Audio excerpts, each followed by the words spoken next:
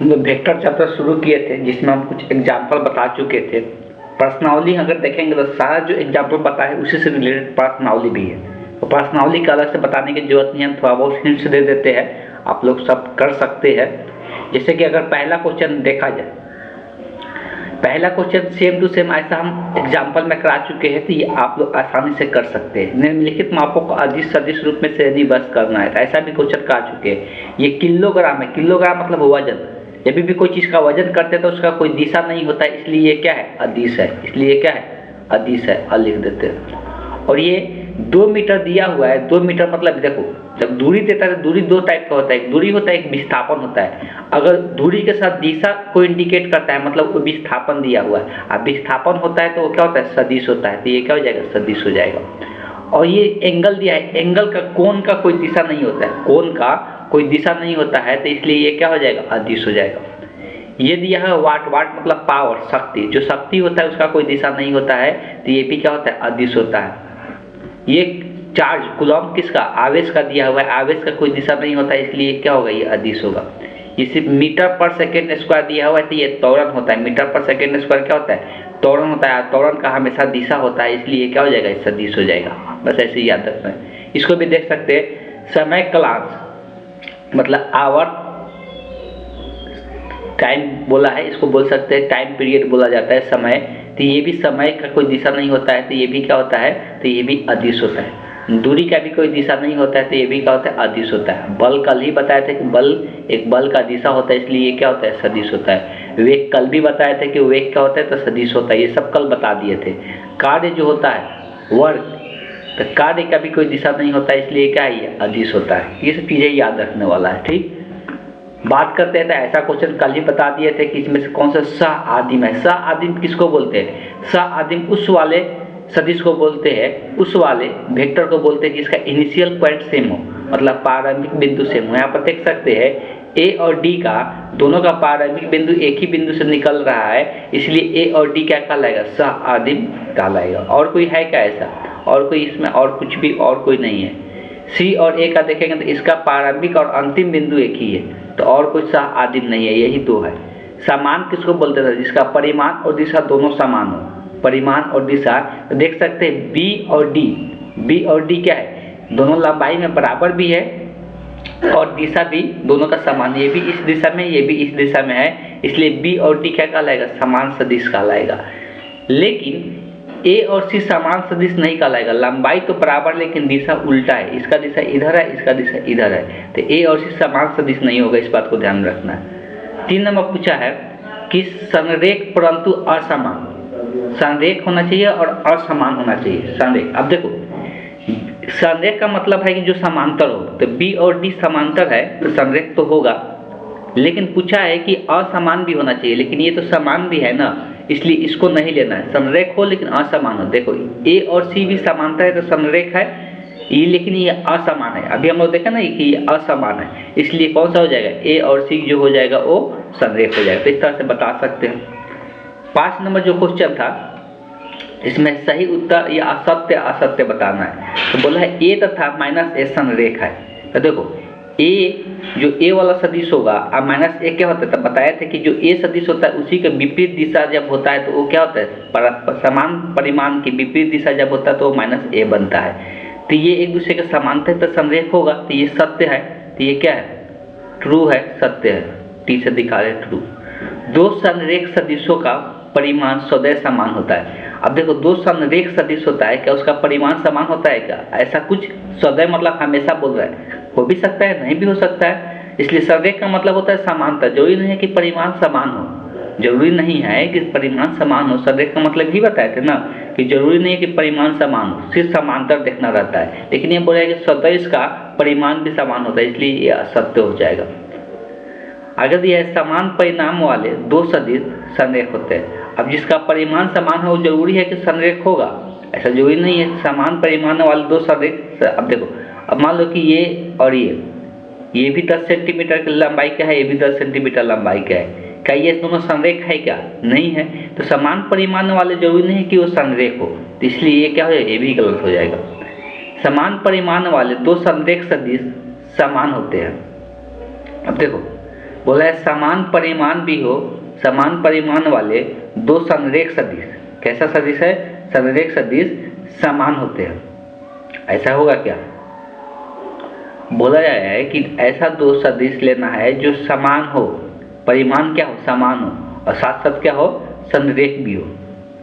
तो देखो इस केस में तो देखेंगे, इस वाले केस में तो यहाँ पर देख सकते हैं कि ये दोनों को दोनों मान लो कि समान लंबाई के, समान परिमाण मतलब समान लंबाई के हो गए, और दोनों को दोनों बोल रहे क्या है कि संरेख भी है। तो अभी से कि ये संरेख भी है तो ये क्या समान सदिश है, क्या ये क्या समान सदिश है, तो अभी से कि ये समान सदिश है। लेकिन ऐसा भी तो पॉसिबल बनता है कि ये भी तो सेम चीज लिख रहा है कि ये समान परिमाण है और साथ साथ संरेख भी है, लेकिन ये दोनों क्या समान सदिश है क्या, इस केस में तो हो जा रहा है, लेकिन इस केस में समान सदिश हो रहा है क्या, समान सदिश होने के लिए दिशा भी समान होना चाहिए, इसलिए ये भी क्या हो जाएगा, असत्य हो जाएगा। तो सिर्फ पहला वाला ही सत्य होगा और बाकी क्या हो जाएगा, असत्य हो जाएगा। इस बात को ध्यान में रखना था। चलिए अब हम लोग नेक्स्ट चीजें स्टार्ट करेंगे, सदिशों का योगफल। तो सदिशों का योगफल के बारे में हम लोग समझेंगे, सदिश का योगफल हम लोग किस प्रकार से करते हैं। तो सदिश का योगफल का तरीका अलग अलग होता है। दो सदिश दिया रहे, कभी तीन सदिश दिया रहे, सबका योगफल हम लोग किस प्रकार से करते हैं उसको हम लोग थोड़ा सा समझेंगे। सबसे पहले हेडिंग डालना है सभी को,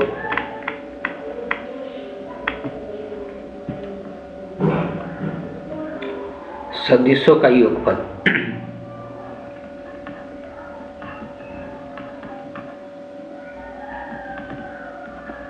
सदिशों का योगफल, तो इंग्लिश में हम लोग कहेंगे एडिशन ऑफ वेक्टर्स।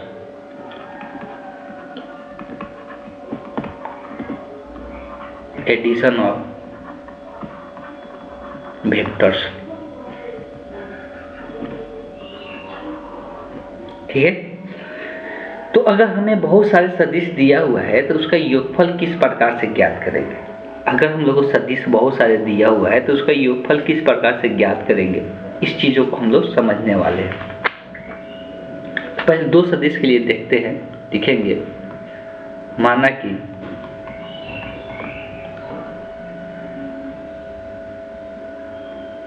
कि सदिश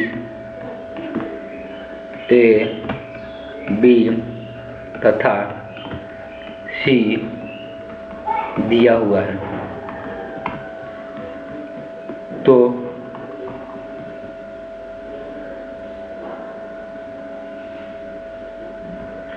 क्या होगा इनका योगफल। तो देख लेते हैं कि अगर हमको सदिश तीन को सदिश दिया हुआ है, जैसे पहले भी ये बताए हुए, ये एक सदिश दिया हुआ है, ये एक बी दिया हुआ है और एक ये सी दिया हुआ है।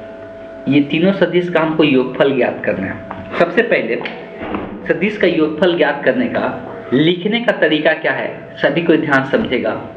जो सदिश ए है पहले उसको दिखाते हैं और नीचे दिखाते हैं। जो सदिश ए है उसको पहले दिखाते हैं, ये हम पहले भी करा चुके हैं फिजिक्स में। तो ये सदिश का दिशा चेंज नहीं होना चाहिए, जिस दिशा में है उसी दिशा में होना चाहिए और जितना परिमाण है उतना ही दिखाना चाहिए।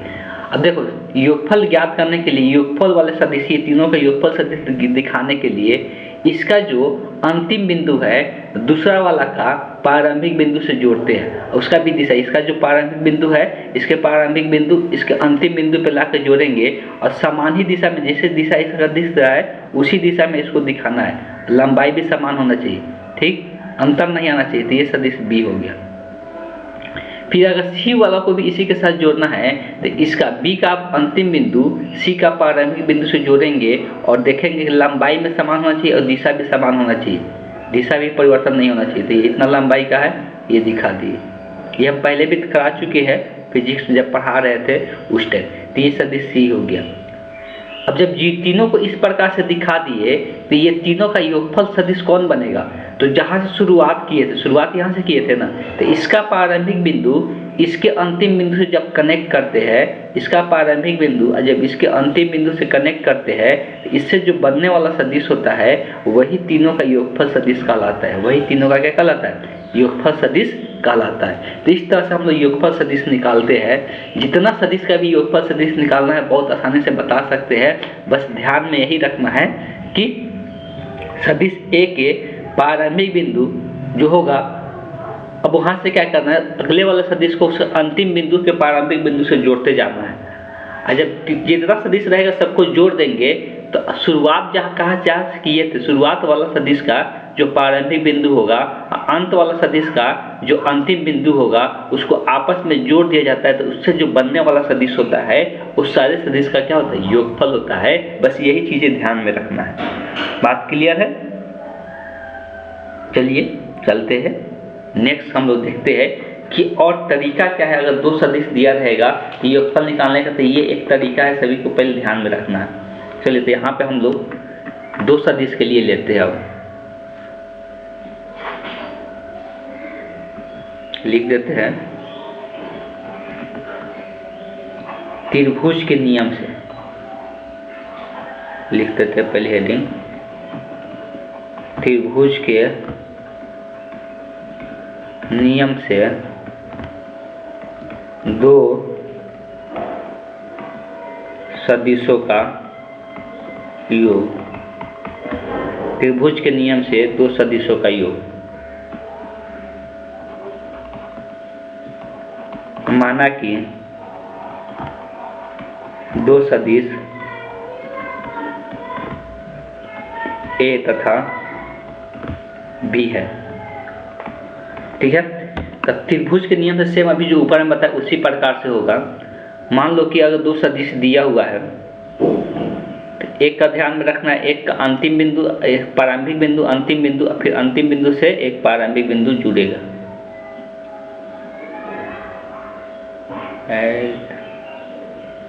ये सदिश बी है, ये सदिश ए है, ये सदिश बी है। तो इस सदिश का नाम भी देते हैं ये ए बी और इसका ये सी। तो अभी बताए कि इसका आप प्रारंभिक बिंदु और इसका अंतिम बिंदु से जब जोड़ेंगे तो वही हम लोग का क्या होता है, दोनों का रिजल्टेंट सदिश होता है, दोनों का योगफल सदिश होता है। इसी को जोड़ते हैं तो यही क्या बनता है, ए प्लस बी के बराबर बनता है।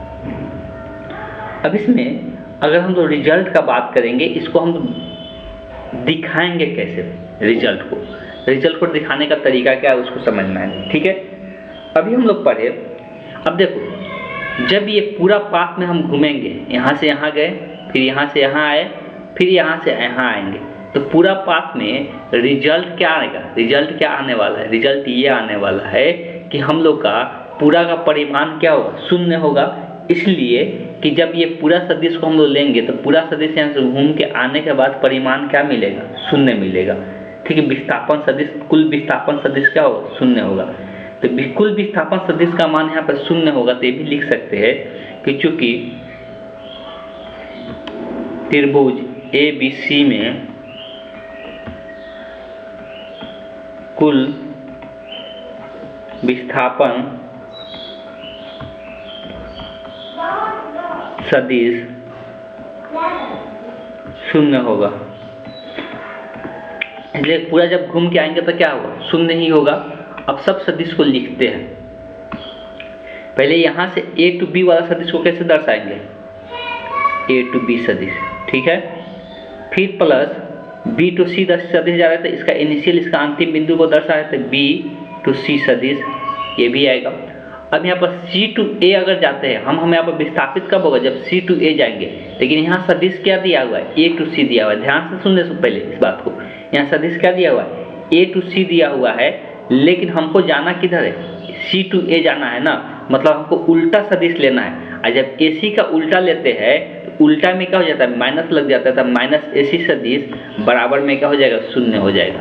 तो अगर यहाँ हम ए सी सदिश का मान निकालते हैं तो ए सी सदिश इधर माइनस में उधर जाएगा, तो प्लस में ए सी का मान क्या बचेगा, A B plus B C बचेगा।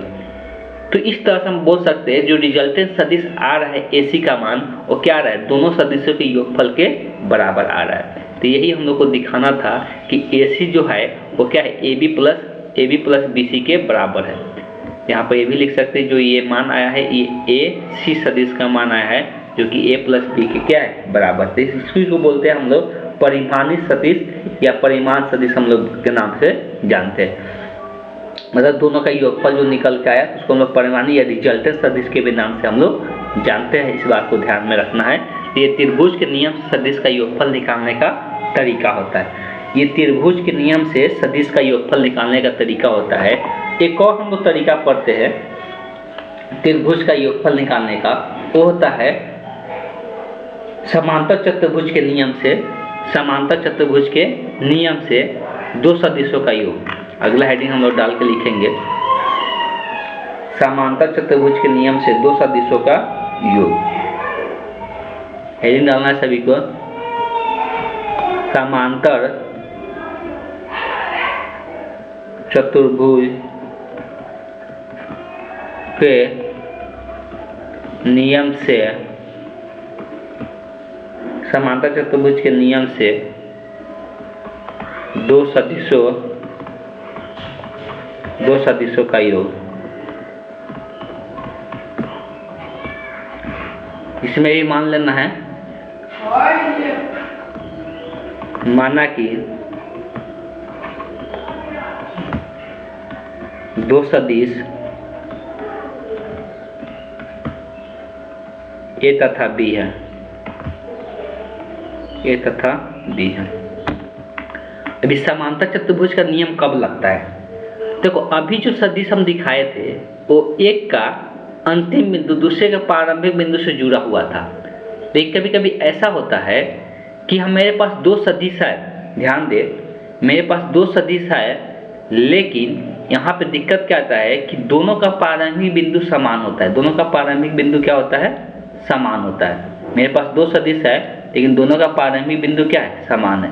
सदिश ए और सदिश बी है।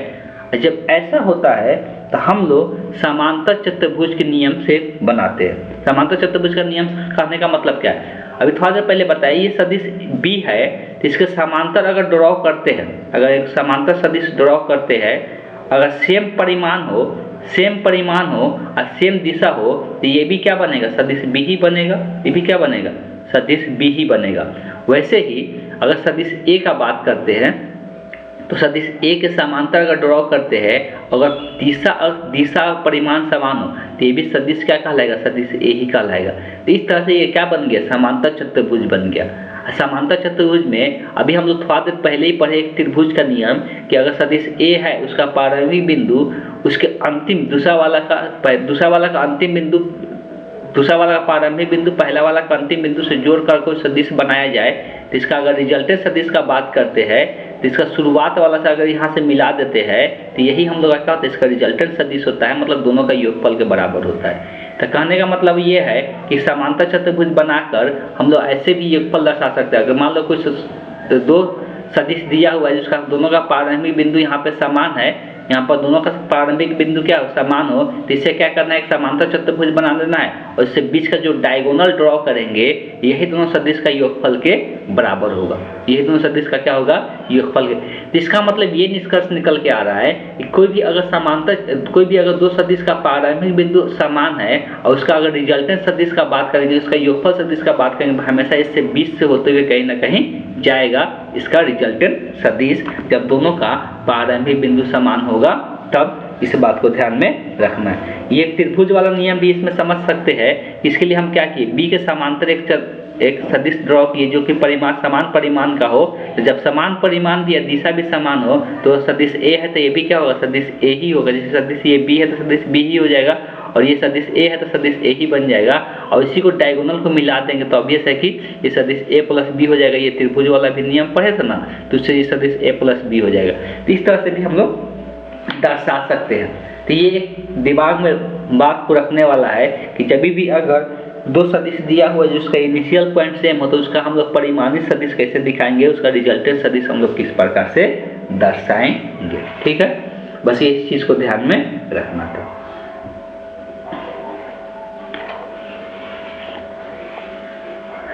आगे चलते हैं, हम लोग बात करेंगे थोड़ा बहुत किसका।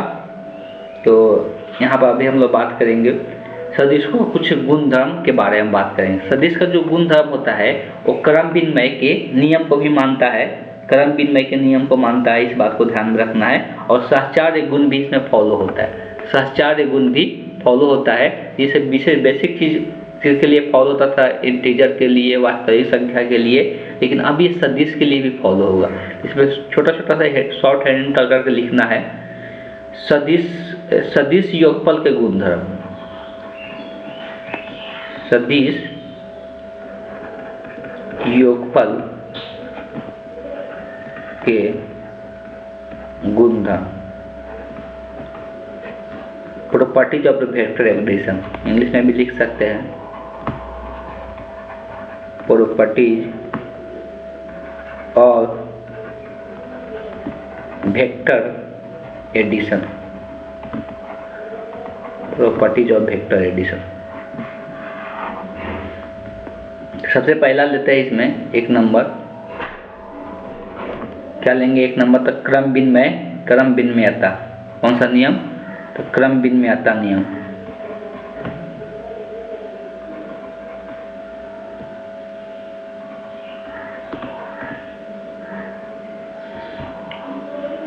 जिसको कॉमेटेटिव प्रॉपर्टीज के नाम से भी जानते हैं। तो क्रम विनिमयता नियम मतलब अगर सदिश a प्लस बी लिखा हुआ है, सदिश अगर a प्लस बी लिखा हुआ है, तो कहने का मतलब इसको b प्लस ए भी लिख सकते हैं, कोई इसमें मान में कोई परिवर्तन नहीं आएगा, बस यही चीजें ध्यान में रखना है। उसी प्रकार से दूसरा आता है सहचार्य नियम, सहचार्य गुण या नियम। सहचार्य नियम में क्या होता है, इसमें 3 रहता है, a प्लस बी प्लस सी। अगर 3 को जोड़ना है तो पहले a प्लस बी को जोड़ दे तब जाएगा c को जोड़े, या पहले b प्लस सी को जोड़ दे और तब a को जोड़े, फिर भी इसके कोई मान में अंतर नहीं आता है, बस इसी को ध्यान में रखना है। तो ये था हम लोग, इसमें एक और आता है, क्या आता है, तो इसको ध्यान में रख सकते हैं। ये आता है हम लोग का योज्य सर्वसामिका, शून्य सदिश योज्य सर्वसामिका कहलाता है। तो योज्य सर्वसामिका ये भी कहलाता है। सर इसका मतलब क्या है, थोड़ा हम समझ लेते हैं। ये खाएगा यहाँ पे योज्य सर्वसामिका, इसका मतलब ये है कि अगर किसी सदिश में शून्य सदिश को जोड़ा जाए, इसको शून्य सदिश को इस प्रकार से दर्शाते हैं, तो उस सदिश a के ही बराबर आ जाता है, या शून्य सदिश में कोई सदिश a को जोड़ेंगे फिर भी वो सदिश a के ही बराबर होता है, बस यही ध्यान में रखना। तो इसी को हम लोग कहते हैं योज्य सर्वसामिका के नाम से जानते हैं। ये कुछ गुण धर्म था सदिश का। आगे जो है हम लोग इसमें एक सदिश से सदिश का गुणन के बारे में समझेंगे, एक सदिश से सदिश का गुणन के बारे में समझेंगे। उसके बाद का जो टॉपिक होगा वो लंबा सा टॉपिक है, तो उसको हम लोग नेक्स्ट क्लास में करेंगे, लेकिन पहले एक टॉपिक को यहाँ पर समझ लेते हैं। हेडिंग डालना है सभी को, एक अदिश से सदिश का गुणन। एक अदिश संख्या से, अदिश मतलब कोई वो सदिश नहीं होगा, अदिश से कोई गुणा करेंगे सदिश में, तो सदिश में क्या परिवर्तन आएगा उसके बारे में हम लोगों को समझना है। Multiplication of A vector by a scalar, ठीक है। स्केलर का मतलब हो गया अदिश से गुणा, ठीक।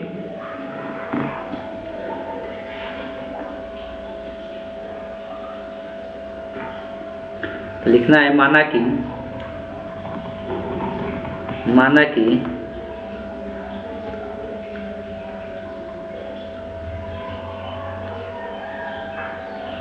एक सदिश ए दिया हुआ है तथा लेम्डा एक अदिश है। तो लेमडा एक अदिश ले लिए, कोई संख्या हो सकता है। तो क्या देखने को मिलता है कि अगर कोई लेमडा को एक सदिश a से गुना कर देते हैं और अगर इसका परिमाण का बात करते हैं, तो इसका परिमाण निकालने के लिए क्या किया जाता है कि इसको अलग अलग ले सकते हैं, लेमडा का परिमाण इंटू a का परिमाण में इसको कन्वर्ट कर सकते हैं, लेमडा परिमाण इंटू a के परिमाण में कन्वर्ट कर सकते हैं। फॉर एग्जाम्पल, अगर कोई -3a सदिश दिया हुआ है और इसका परिमाण निकालना है, इसके लिए हम लोग क्या लिख सकते हैं, -3 का परिमाण इंटू a का परिमाण।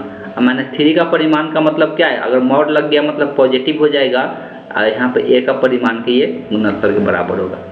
फॉर एग्जाम्पल लिख सकते हैं, ठीक है।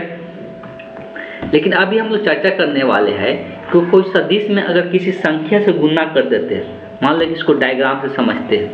अगर मान लो कि ये सदिश a है, अगर ये सदिश a है, अगर हमको 3 गुने a सदिश का दिखाना है, 3 गुने मतलब इसमें कितना से गुना कर दिए, 3 से गुना कर दिए, तो ये सदिश इसके परिमाण में कितने का अंतर आ जाएगा, 3 गुना बढ़ जाएगा। ये कितना बढ़ जाएगा, 3 गुना बढ़ जाएगा। कहने का मतलब ये है कि इससे कितना बड़ा हो जाएगा, 3 गुना बड़ा हो जाएगा। तो ये 3 गुना बड़ा हो जाएगा, तो ये 3a को दर्शाएगा। अगर क्या हो गया, दिशा में कोई परिवर्तन नहीं आएगा, इस बात को ध्यान में रखें। इसके दिशा में कोई परिवर्तन, खाली 3 से गुना हो गया है। अगर 1/2a सदिश हो गया, मतलब अब सदिश जितना था उतना क्या हो गया, आधा हो गया, तो इसका परिमाण में अंतर आ जाएगा और ये सदिश कितना बन जाएगा, आधा बन जाएगा। सदिश कितना बन जाएगा, आधा बन जाएगा। अगर कहने का मतलब ये जितना लंबाई था उसका ये 3 गुना यहाँ से बढ़ जाएगा, इस बात को ध्यान में, और ये आधा हो जाएगा, इस बात को ध्यान में रखना है, ठीक। अगर बात करते हैं कि अगर इसमें माइनस साइन लग जाए, क्या लग जाए, कोई बोलेगा कि -3a का सदिश कैसा होगा, तो निगेटिव साइन आ गया। और निगेटिव साइन बताता है कि ये तो सदिश ऐसा ही होगा, 3 गुना बढ़ेगा, लेकिन दिशा में क्या हो जाएगा, दिशा उल्टा हो जाएगा। क्या हो जाएगा, दिशा उल्टा हो जाएगा। 3 गुना तो परिमाण में 3 गुना बढ़ेगा, लेकिन दिशा क्या हो जाएगा, उल्टा हो जाएगा, माइनस लगने का। तो बात समझ में आ गया। तो इस तरह से मल्टीप्लिकेशन करने के बाद सदिश में परिवर्तन इस प्रकार से देखने को मिलेगा। या मान लो कि -1/2 का बनाना है, तो -1/2 है तो सेम ही रहेगा, सिर्फ परिमाण इसका आधा तो हो गया है, तो परिमाण तो आधा रहेगा, लेकिन दिशा क्या हो जाएगा, माइनस लग गया तो दिशा पलट जाएगा। इस तरह से दिशा इसका उल्टा हो जाएगा। इस तरह से हम लोग डायग्राम से रिप्रेजेंट कर सकते हैं सदिश को। जब इसका क्या होगा, इसमें कोई स्केलर से कोई अदिश से जब गुना करते हैं तो इस प्रकार से ये सदिश परिवर्तन होगा। बस ध्यान रखना है, कोई भी अदिश से गुना करने पर उसका दिशा में कभी भी परिवर्तन नहीं आए। निगेटिव से गुना करने पर उसका दिशा क्या हो जाएगा, विपरीत हो जाएगा, लेकिन उसका दिशा और उल्टा पुल्टा नहीं होगा। इस बात को ध्यान में रखना है। तो इसके बाद का जो टॉपिक है वो हम लोग का है एक सदिश का घटक के बारे में पढ़ना है। सदिश के घटक के बारे में हम लोग को चर्चा करना है, तो उसका लंबा टॉपिक है, तो उसको हम लोग नेक्स्ट क्लास में करेंगे। तो आज की क्लास को हम यहीं पे एंड करते हैं।